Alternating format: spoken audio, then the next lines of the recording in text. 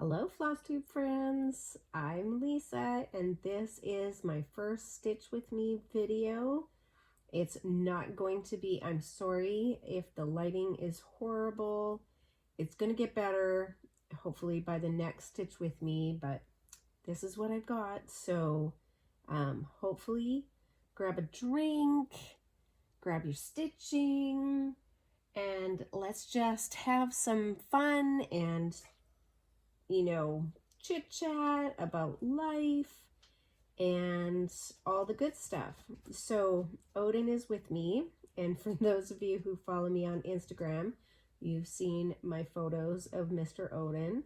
He has agreed to hang out beside me, and that if a leaf falling from a tree outside is threatening the house, he is going to definitely protect us. So if he starts barking, I will try really hard to catch it quickly, and we'll pause for a brief intermission because that's what Odin does.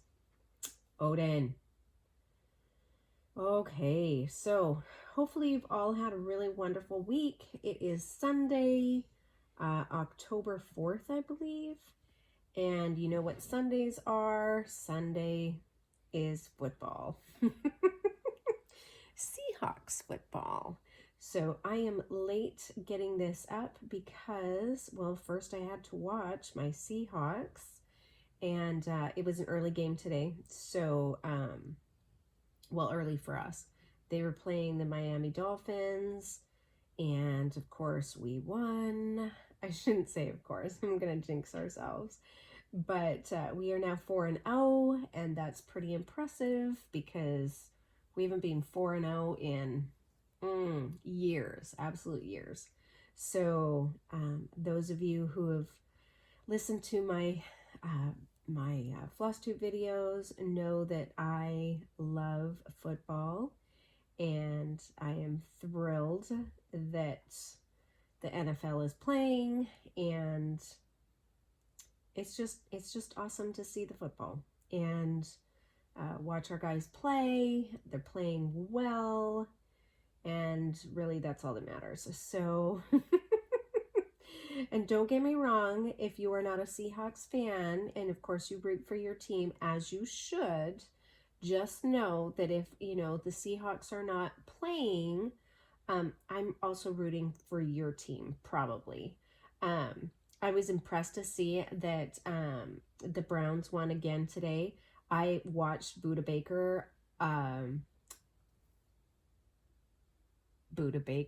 Mayfield all through his college, and I was absolutely thrilled to see that he is the quarterback for the Browns, and it looks like they might have an amazing year. So congrats to them. And who else did I watch today? It was really kind of a hit and miss because I've been organizing. So there's that. Those of you who also follow me know that, after 30 years, I've been able to get a craft room. And I'm telling you, I am actually taking this process really slow. Like, I could take, all the stuff that's in my house, around my house, and put it all in the room and, clutter it up and do the whole deal. But I'm trying to be really, I'm trying to be thoughtful about the process, and I'm trying to, take things that I really want to be in there and organize them as such that I can find them when I need them and that kind of thing. And while the room is a good sized room, Odin, it is almost a master bedroom. It's almost the size of my master bedroom, without the bathroom. And it is where my two boys actually shared that room. And my two older boys shared that room for many years. This house has kind of gone through a lot of different metamorphoses. When we first moved into this house, I was pregnant with my last child, who is going to be 21 in a few months, which is shocking to me. Odin, sit down. Sit down. I will ignore you and I will go do what I want. Anyways, and so we decided to take over the family room downstairs as our main bedroom and make that room like the nursery. And then each one of my children had a room upstairs. So my daughter, being the only girl, which was highly unfair to her brothers, got the master bedroom with the bathroom. But our thinking is that, you know, she was almost 6. She was 6. And she, you know, being the girl that she was, loved to shower, and she would stay in the bathroom forever. And so they were forever like, she's still in the bathroom. So we thought, well, hey, we'll give her own bathroom. We painted it Barbie pink, the bathroom and the bedroom. You know how hard it is to cover Barbie pink later on? That was fun. But so anyways, everybody kind of had their own rooms. And then as life went on, we built a room in the garage for my ex-husband because he worked from home. And so then we took over our master bedroom again, gave our daughter, you know, a room, and then the 2 boys shared the big room downstairs. They're very close in age. They're 13 months apart. And so, you know, they kind of, I mean, they were each other's person. And so when I made that, well, no. And then a couple of years later, we had a house fire. And it started in the garage and it kind of went to the one side of the house. But the smoke damage was so bad in the house that they had to basically rip the house apart and kind of start over. So really the shell of the house and a few inside walls were all that was kind of left. They ripped out everything, flooring, ceiling, like everything. And because the downstairs got really damaged, and of course the boys' room is right off the garage, and so their room and my daughter's room above the garage were the worst for actual fire damage. And then so anyways, in the process of redoing the house and, you know, making it a little bit different, I opened up the whole entire house. And in the boys' room, it was always kind of my intention that I would have a craft room or some sort of room when they moved out. And so I put 2 closets in there, and then one for each boy. And then I put in the center of where the 2 closets were kind of like a desk unit thing with a countertop, so that each one of them could be there doing their homework or whatever. But then later on it would become like a craft desk for me, for sewing or for whatever. So that was kind of always my intention. And, you know, throughout the years after, you know, my ex-husband and I got divorced, and then one of my boys moved out, which meant that the other brother had some space. So my daughter moved down there with her daughter, and they shared a room, and it was big enough that each one of them had some space. And then what happened? What happened? How did I get another room?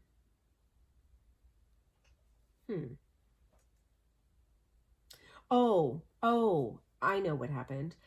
My second son took over the office because it, you know, it's just a room in the garage, and made it into his bedroom.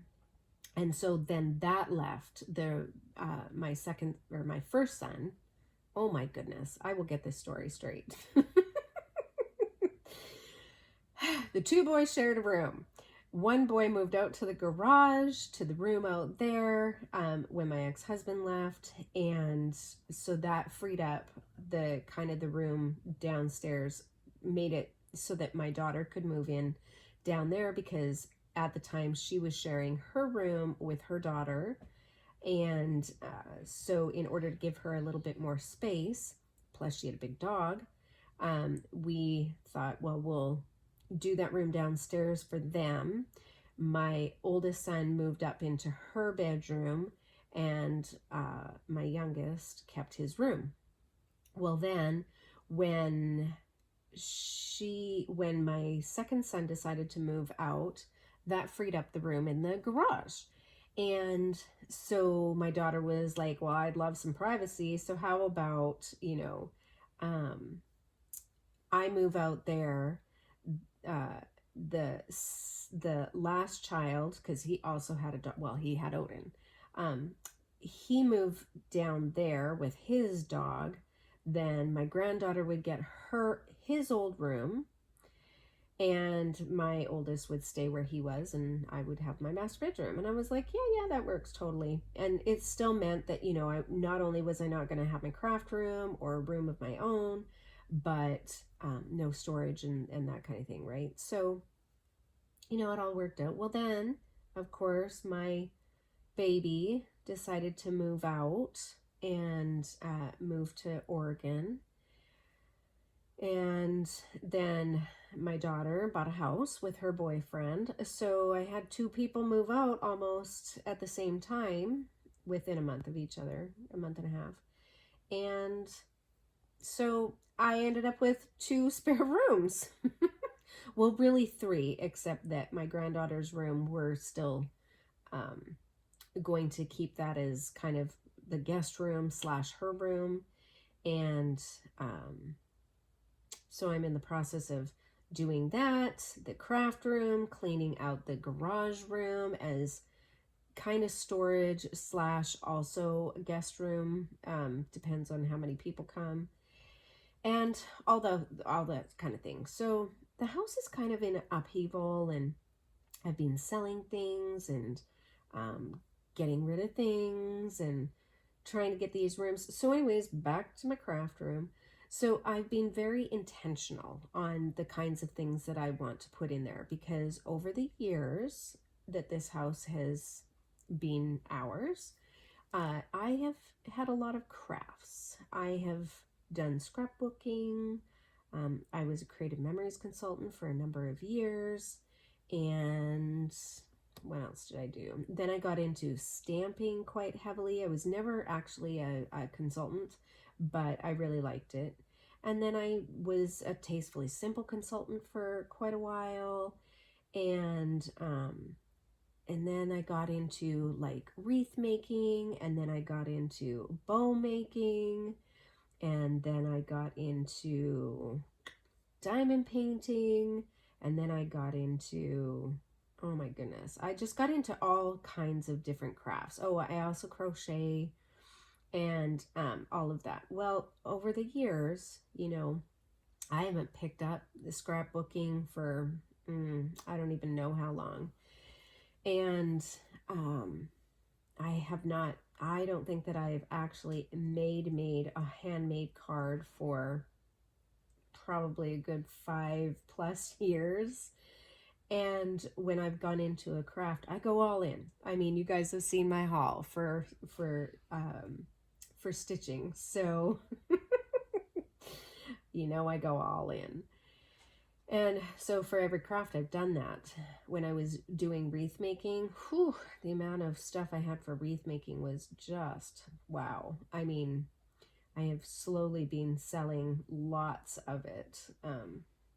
And the people who come to buy it are super thrilled, because really they could pretty much start a business. Oh man, it's sad.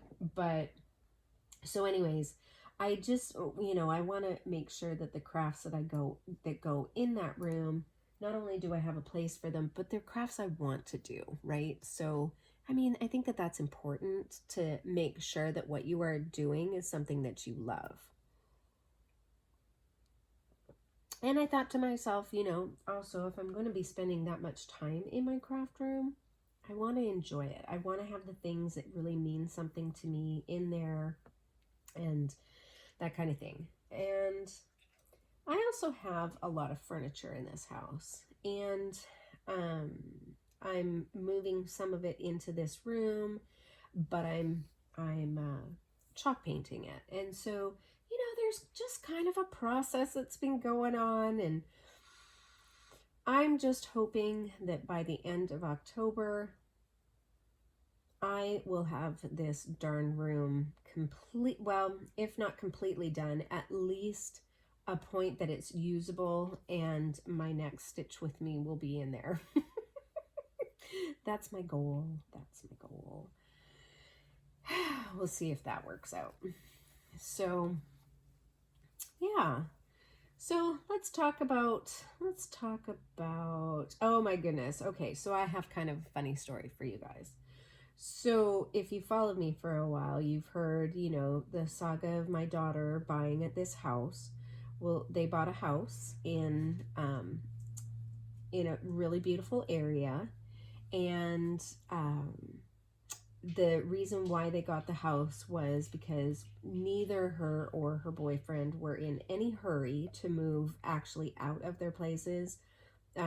Brendan still has, he's still paying rent through a lease at his old place, and my daughter lived at home. And so, neither one of them had to be out of something by a specific date. And so they had started the process of looking for a house, and they really were not in any hurry to buy one, but this house fell in their laps at the right price, and just the perfect house, a perfect starter house for their family. And so the reason why they got it was because they offered the owners of the house rent back, because they were in the process of moving states, and the house that they had purchased, the deal fell through some way, and so they were kind of in limbo. And so they just, this made it very attractive that Brendan and Emily were not in any hurry to take possession of the house, so they were just flexible. So after a month of them owning the house and renting, rent back to the prior owners, they were finally able to get into the house. Well, my daughter wanted to paint and make it her own, and as the house was empty, they thought that would be a great plan to do. Well, they thought that it was going to take a week to paint their whole house by themselves, and do this like after work, and on weekends, or on the weekend. And I kind of snickered, because I know what it's like working full time and being busy, and then going to a place and spending a couple of hours and doing it all over again, right? So they had sort of made arrangements to move in the next weekend, and then kind of things just kept getting pushed off. Well, as we're finally get to go and see the house, because if you've bought a house during COVID, only one person is allowed in the house at a time to view it, and you have very limited time. And what else? Oh yeah, so basically one person could go through at a time. So the family actually did not see the house before the kids bought it, and which is fine, it's their house, and they had conditions and inspections and that kind of thing, and they all went through. So fingers crossed they got a good house. And so we were finally able to see it, once they took possession and got keys. And so my daughter and I go to the house, and she's showing me around, and she starts looking around, and she's like, Mom, I'm pretty sure that, not only do I want to repaint the walls, but I'm pretty sure that they painted the ceiling the same color as the walls. And I'm like, no, honey. Who would do that? And I said, no, you're just seeing, the shadow of the walls. And it was a little dark and kind of gloomy. And I just said, no, that doesn't seem right. And we didn't have anything with us that I could have like put something white up to the ceiling and said, whoo, yeah, you're right. So, she went and bought some tester paint and started putting it up on the wall. And sure as anything, yep, the ceiling was colored the same or painted the same as the walls. And so, of course, she wanted to change that. Well, neither my daughter or her boyfriend know how to paint. And so, and I was already going to be painting the walls. And so I had said to them, if you guys at least do the first coat, I can fix the second coat. And so, if you guys can at least get the first coat and, do all the prep work, because I don't like the prep work. And, so they agreed to that, and I was fine. And then my daughter decided, yep, the ceiling had to be painted. Well, the other thing that needed to be painted was there's a lot of trim in this house. And because it's a 3-story house or a 3-floor house, and there's just a lot of trim around the doors, the windows, the baseboards, the whole deal. And they wanted that painted white. And Brendan decided that they were going to spray can it white, which I'd never actually heard of spray canning your trim, but apparently there's videos out there. And so he decided to do that first. Well, then that meant that the prep work couldn't happen because, he was doing the trim first. So anyway, after a lot of discussion and not being able to dissuade him otherwise, I let them, or not I let them, but they went ahead and started on the baseboard or all the trim process. Okay, we're all good. So needless to say, I'm there night after night, painting and doing whatever. Well, we had to do the ceilings. And at first they were starting to roll the ceilings. And unfortunately, when you roll a ceiling, unless you are a really good painter and have really good pressure all the time, the same kind of even pressure, rolling the ceiling is not a fun experience, at least in my experience. And so, luckily, Mr. G had a couple of paint sprayers that we've used at his prior house. And so I was like, okay, well, I'll just spray the ceilings, and we'll get those done, and, it'll look nice. And it does. It really and truly does look nice. But holding a sprayer above your head for any length of time, especially when you're old, is not fun. And upstairs on the 3rd floor where my granddaughter's room is, in the Lego room, the walls or the ceilings were kind of peaked. Like they had some, they were peaked. And different levels to the ceilings. And so at some of the high points, that was a tough go. That was a tough go. But so my shoulders hurt and all of these things, and I've got paint splatter in my hair and on my glasses and my clothes, and I'm there night after night, for a couple hours spraying ceilings and that kind of thing. And one night, my daughter and I are on our way home, and we always drove separate because she worked. And so she would just meet me at her house after work. And oops, what happened here? Just a second. What happened here? There we go. And so, I had left before her, and she's like, okay, I'll meet you. I'll come and meet you on the way. And I'm like, okay, cool. And I'm talking to Mr. G on the way home, and all of a sudden my car ding dings. And I'm like, oh man, what is that? And I look and I'm like, I'm pretty sure that the little signal is for low tire pressure. But it's not a picture of a tire, which would make some sense, right?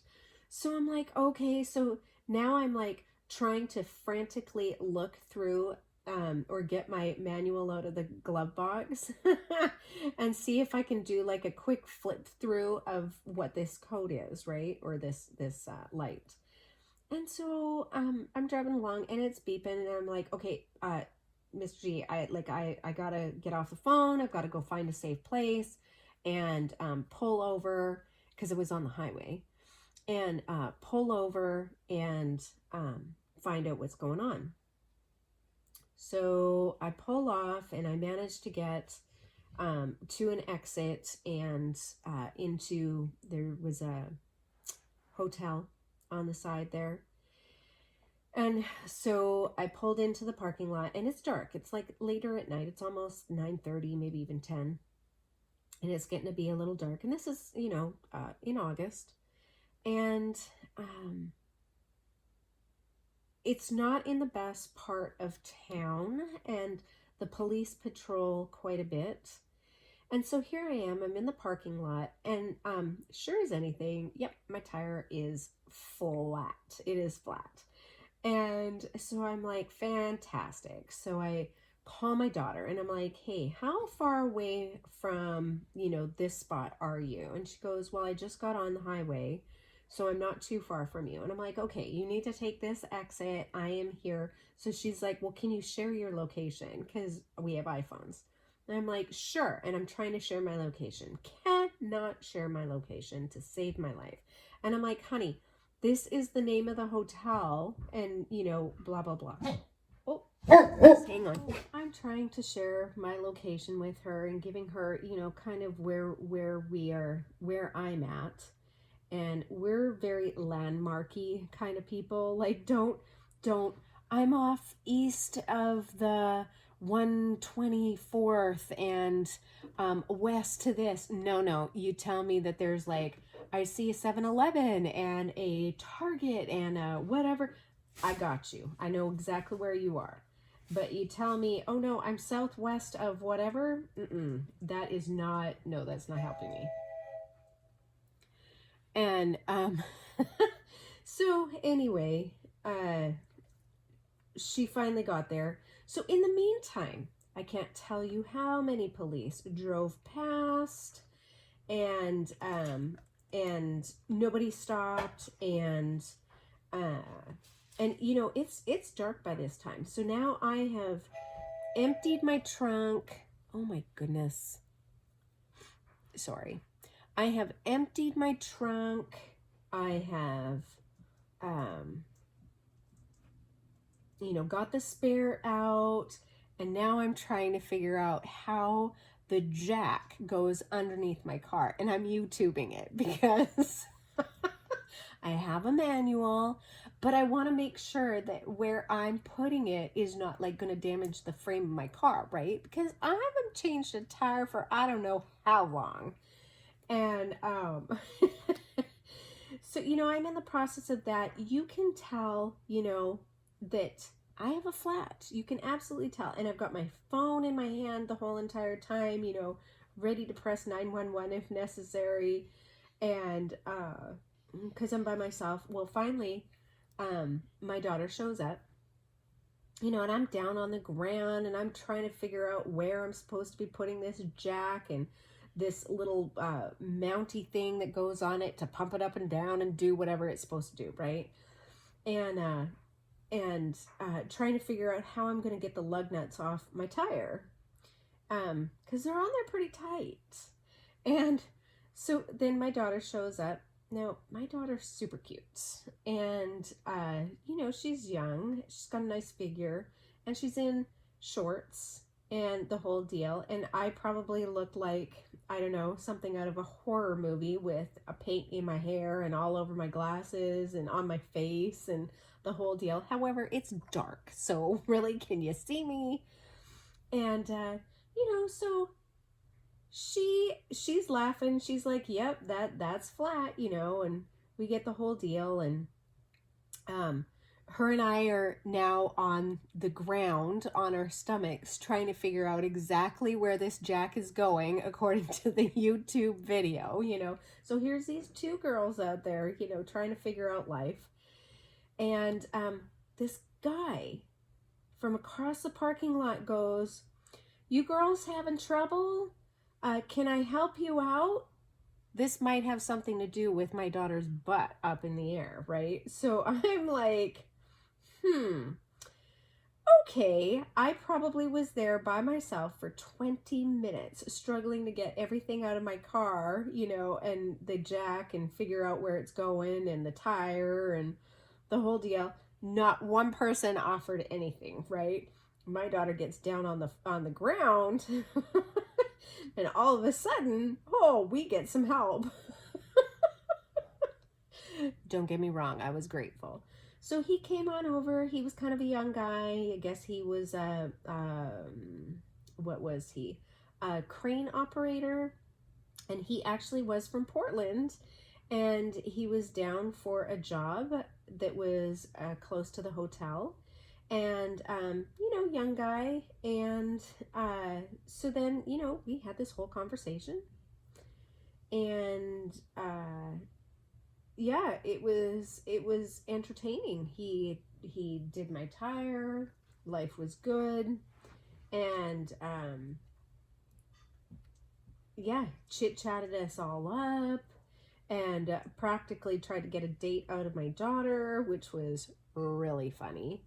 And you know how you never carry cash anymore? So I'm thinking to myself, like, how do I, not only have we stood there and thanked this guy profusely so many times because he got that tire changed in record time, and I think my daughter and I would still be there like 2 months later trying to figure it out. And so, no, Odin, back up. And, in our conversation, found out,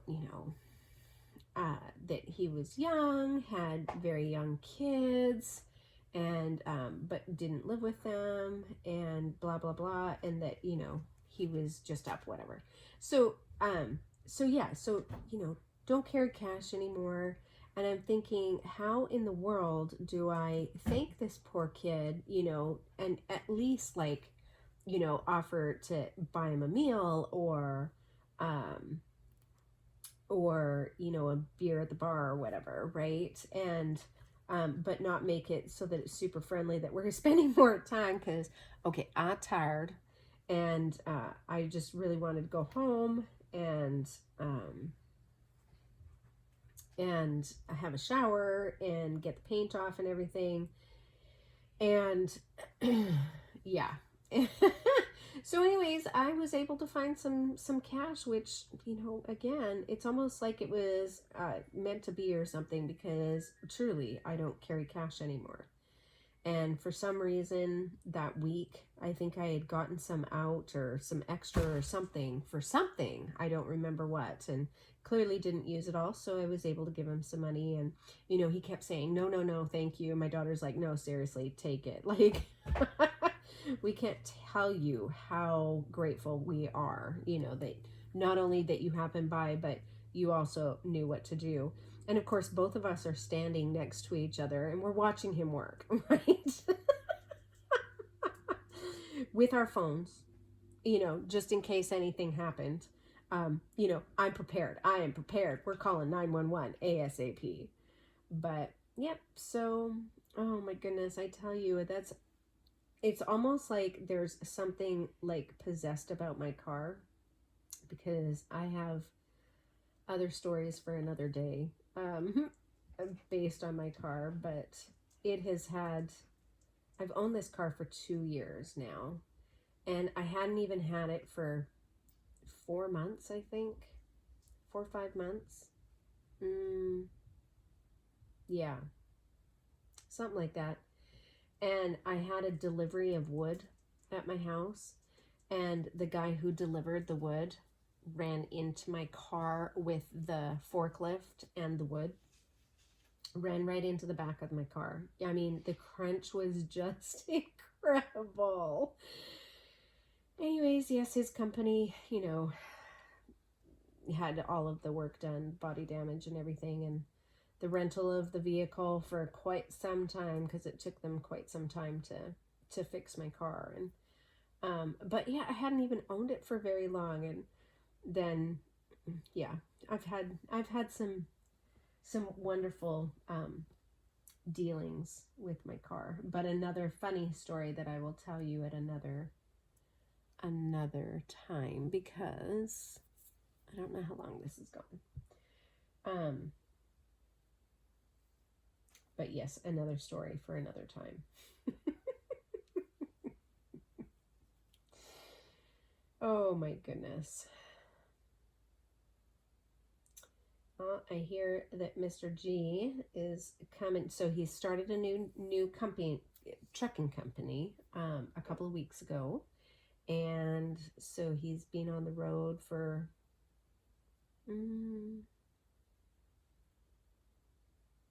this Friday must be, no, has it only been a week? Might only have been a week. Yeah, it's only been a week. So this coming Friday will be 2 weeks, and I think he's coming home.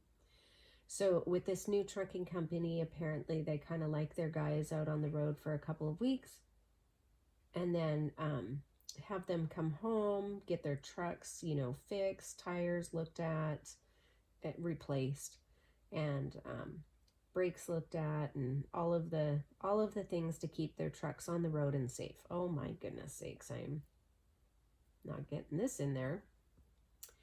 And so he is liking this new company, and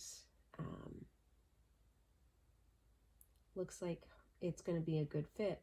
But anyways, one of the great things about this company versus the last one he was with, he is able to be on the road for a couple of weeks and then come home for 2 days.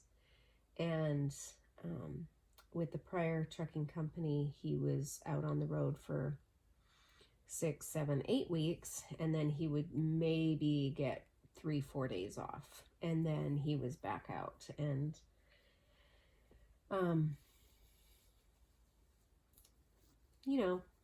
he just kind of liked to be home and do some family things. And so for all of you who are doing remote or online schooling, how are y'all doing? I have to say that in the beginning it was really rough for us, but the school district seems to have worked out its kinks, and things seem to be a lot better. And now they're talking about, putting together a task force in our school district to have the kiddos go back to school in the near future. And I don't know about you, but I certainly, for staying at home and watching my granddaughter and helping her with school, I just see a whole host of problems that are going to arise out of that too, because for the last month and a bit, the kids have been sitting in front of a computer for their remote learning, and they're able to get up when they want to and move around as they want, and get a snack, and get up to go to the bathroom, and they go back into a classroom type setting where they're not allowed to do those things.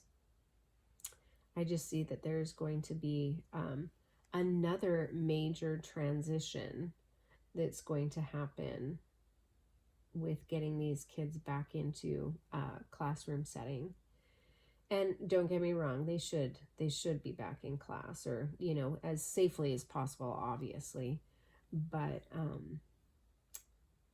yeah, I just think that it's going to be quite a transition back into into the classroom. And for us, that's going to be really interesting, because if they do part remote learning and part, what do they call it? Hybrid situation, that they go to school a couple of days and then they're home remote learning for a couple of days. That's going to be kind of interesting to see how that's going to work out.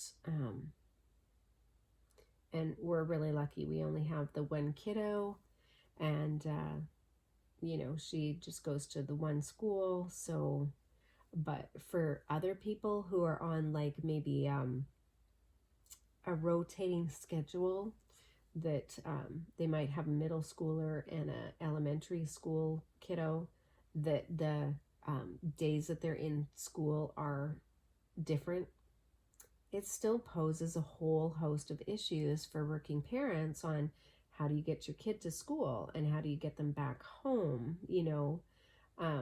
during the time that they need to be in school and at home. Like, it's just, I don't know. It's almost like either do it all one way or do it all the other way. But, yeah.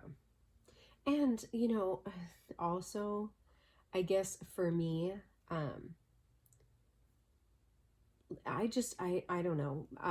My last son did homeschooling online, and through a accredited school. And because the classroom setting just was not, he was bullied at school, and the classroom type setting was not conducive for him to learn in, and he did better learning online. And also, he was able to work at his own pace, which I think is also really helpful sometimes for some kids, that if you're super, good in math and you can work ahead in math, so then you can spend more time in maybe writing, because that's not your strong suit. So you can, work ahead in math and get all of that done, and then you don't have to worry about any of those projects. Now you can really concentrate on, learning another piece that maybe you're not as strong in, and you get that additional time. And I don't know, I guess I see it both ways. Oops, what happened there? But I also think that because we are so, well, our kids are so technologically savvy, that it almost seems like this is kind of how schooling might be in the future too. I mean, I don't know, but it seems that, because everybody learns differently in different paces, and I think that the social aspect is very, very important. But I also know that you can get socialization by doing, group activities and, sporting and that kind of thing too. And that was one of the things that I was very concerned about when my son, that we ended up putting him on an online school, was that, and I did this almost 10 years ago. He was in 4th grade, 5th grade. No, he was in 7th grade when I actually put him in, but we actually moved schools for his 5th and 6th grade year, and that worked out fantastic. But then he went to middle school with the same kids that he had a bullying issue with, and it didn't let up. And so come 7th grade, it was basically in February or November, I had pulled him out, and he was in online school. But one of the things that I was very worried about was socialization. But because my son had swam competitively on a swim team for a number of years, and he was, with the same kids that he knew quite well, and he had kind of an established place that he was still going to get socialization, and, you know, learn how to deal with other people, play on a team, have team, you know, get that team camaraderie. Um, yeah, so it worked out actually really well for him, and and for us as a family, because the alternative was not conducive for him to learn, or to, you know, to even be in kind of a safe place. So anyways, I just it's I feel kind of ambivalent about the whole thing. I do see that, like, my granddaughter, she works really well online because she games online, and, you know, she watches a lot of uh mm, I wouldn't say a lot of, but, you know, she's pretty savvy on how to work around the computer and what she's capable of and what she's not. And um yeah, I just see that this may be another level that we will see in the coming years, that it becomes almost standard, um, for our kiddos to be online learning, and that maybe the classroom setting is not going to be, you know, absolutely everything for every kid. So, well, I hope that you've enjoyed spending some time with me, as I have enjoyed spending time with you.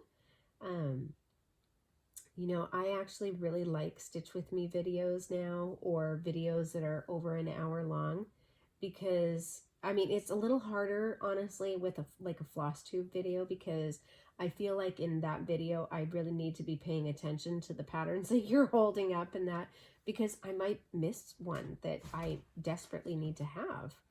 And so I feel like I pay attention a little bit more. But when they're Stitch With Me videos, and I can get stitching in while you're talking about life and things happening, and sometimes I have to pause because you talk about either a new floss tuber or a new designer, or something. So then, you know, there will be this pause moment, or, you know, an Amazon purchase that I need to have, or whatever the case is.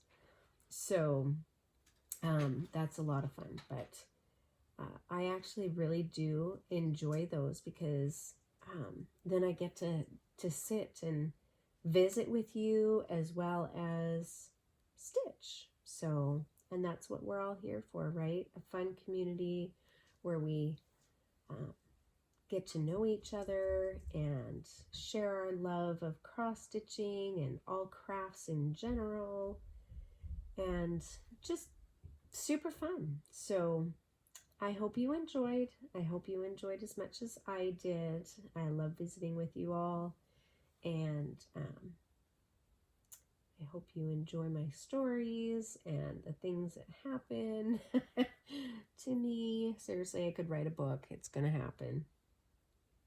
And yeah, so have a really wonderful week, and I will see you in my next video.